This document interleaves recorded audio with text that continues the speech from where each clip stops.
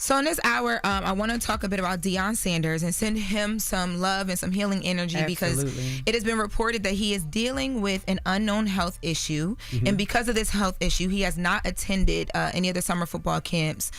So per USA Today's Brent Scroudenboer, I know I said that wrong, I'm sorry. Sure. Deion Sanders has remained at his estate recently with the unspecified illness as Colorado opened up summer football camps last week in Boulder. So the summer football camps kicked off on June 3rd. Now, Deion Sanders Jr., and this is reportedly because I cannot find this video anywhere, but it is reported via USA Today and Brent, that Deion Sanders Jr. was on a live stream where he was asked about his dad. This was Sunday, and he said that his dad was resting at their home in Canyon, Texas, and he was feeling well. And his son also said that Deion Sanders himself will tell us soon enough what he is going through and what he has been through. Now, Deion Sanders did speak out about his health not too long ago. It was May 30th. He was on Say What Needs to Be Said with Asante Samuel. Let's take a listen to that. I hope you're feeling better. And one thing I wanted to say, have you ever tried to fast before? You ever use fasting? Yeah, I have, but what I'm dealing with right now is at a whole nother level. It's at a whole nother level. And right. You know what? Honestly, I've done no media. I've done nothing for how long now? For a minute. So coming on with you is something I ain't been in front of nobody for a minute. You see, on lost 14 pounds, like I'm coming back, but I needed this, man. I need this exchange. Get that energy. Get that energy. Yeah, because I haven't had the energy. I got Redcon, I endorsed this too, so but I appreciate. I needed this in action. Sending nothing but healing energy to prime time, man. Absolutely. Shout out to Coach Prime. Hopefully feeling better, man. Yeah. Yes, hopefully so. And I will say too, Deion Sanders Jr. Because people were wondering too when he was going to go over to the camps, and he said he's waiting for his dad, and then he'll head on over to the camps once his dad is going as well too. Gotcha. Now, in other news, Simon Guobadia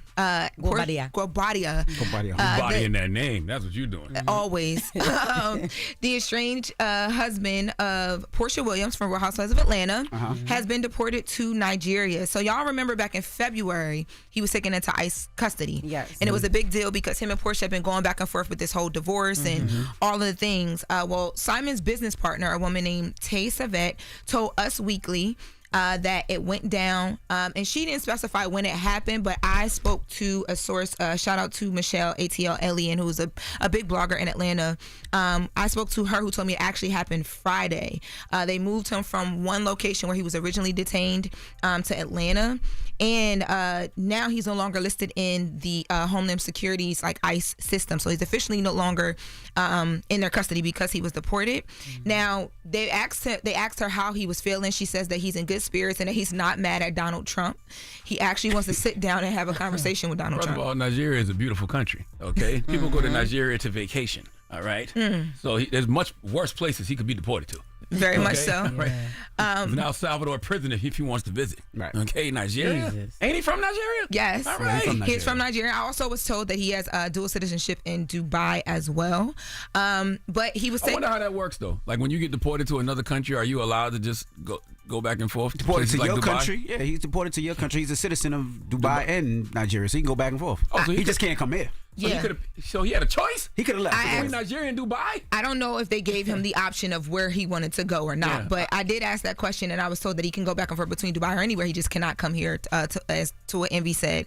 But the reason why they asked him about the whole Trump situation is because when he was taken in, as a part of the government's huge sweep that was happening, and then they created these shirts trying to help other people who are going through issues with ICE get money for lawyers and all that stuff. But fast forward, people are probably like, well, how does this play into the divorce or what they're going through? So him and Porsha, I'm told, are actually going to be in court today, figuring out some things. And he's going to appear in court via Zoom. He was, of course, given permission to, both of them would be via Zoom. They were given permission to do so because of the circumstances, but they're going to be hashing some things out still. He has some stuff he needs to, they got to figure out. That's going to drive him crazy to see Porsha on that Zoom looking good. You know Porsha going to be on that Zoom looking good. That's what's going to make him try to get back into the country. Okay? Crazy. Right? That's what's going to make him want to be back in the country. Okay. Well, I was also told that he agreed originally to because remember when Porsha was here and on the I don't know if you guys remember when all the things happened. She had been saying that because people were trying to blame her for the reason why he had gotten deported. And from what I was told was that actually he agreed to the deportation order because he didn't want to fight it. He would have been detained for longer. So he just agreed. That man said, ain't got no choice. When Trump marching, he could afford it and he could have stayed there, but he just wanted to just get me out of here. From what I'm told, I'm good. Thank you. From what I'm told, he could have fought it if he could have fought it if he wanted to, because he's been in the U.S. for 35 years.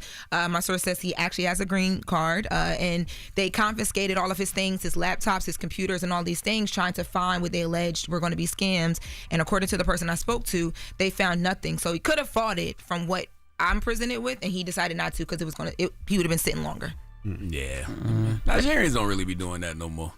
What, trying to stay? Scamming like they used to. Remember you get them emails all the time? I haven't seen them in a long that's time. an old stereotype. They ain't doing that. But like Charlamagne said, he can go to Nigeria, he can go to Dubai. As long as it ain't a prison in El Salvador, he'd be all right. Yeah. Jess said what? Trying to stay? Like that? Yeah, I thought he was someone that don't be trying to stay over here. And for all the people that think the country is trending downward, there's people looking for places to go. He in Nigeria. Well, we'll be back with some more on this because in their Zoom call today, they're going to be having a conversation about the prenup and enforcement of the prenup. So I know Porsha gonna be on there looking like an ice cream sandwich. I'm telling you, he's on purpose too. Watch, she gonna be on there looking her absolute best, and he gonna be trying to swim his way back over here. So she has everything because he's not here. She got the cars, she got the crib, he got everything. Well, now. there's still a lot of things, now, but there's still a lot of things legally in place that she has to abide by because of what they're going through. So they're gonna be hashing it out over these next couple of days, and I'll be bringing you guys some more. I mean, it's not like he can take the house to Nigeria. I asked that. I said, well, why don't he just give her the house? He can't even come back to the house. Yeah, unless he want to sell it. How you know you gonna be like swimming to get back? Remember, they was done with each other. They was being petty to each other. He was like, nah, like I don't believe him. Got rid of a headache. Unless he want to sell a house, he might need the money. I don't know. I'm just saying. I don't know his money situation. We'll find out the prenup, I'm sure, today. What's happening with him today. Rich ass don't need nah. But I think when you get deported, I'm just talking. I don't know. I was about to say, I thought when you get deported, they freeze your assets and everything. They don't do all that? It depends on the reason you get deported. Simon Guobadia. Yeah, if you do something illegally, then I'm sure they do that. But if it's just the fact that you overstayed your welcome, I don't have the answer to that question, but I will have more because I did reach out to his attorney, so I'm just waiting for her to give me a call back. I mean, we got a lot of legal questions, and I'm not an attorney, so I want to know. All right, well, thank you so much for the latest with Loren. You're welcome. Now, when we come back, Charlamagne, who you giving your donkey to? Man, 4 after the hour, we need Hitmaker Young Berg to come to the front of the congregation. I know that's right. I saw him in conversation with Loren LoRosa recently, and we got to talk about it. Yes. Wow. All right, we'll get to that next. Yo. Sorry, Loren. It's the Breakfast Club. Good morning. Totally. Wake that ass up. In the morning. The Breakfast Club.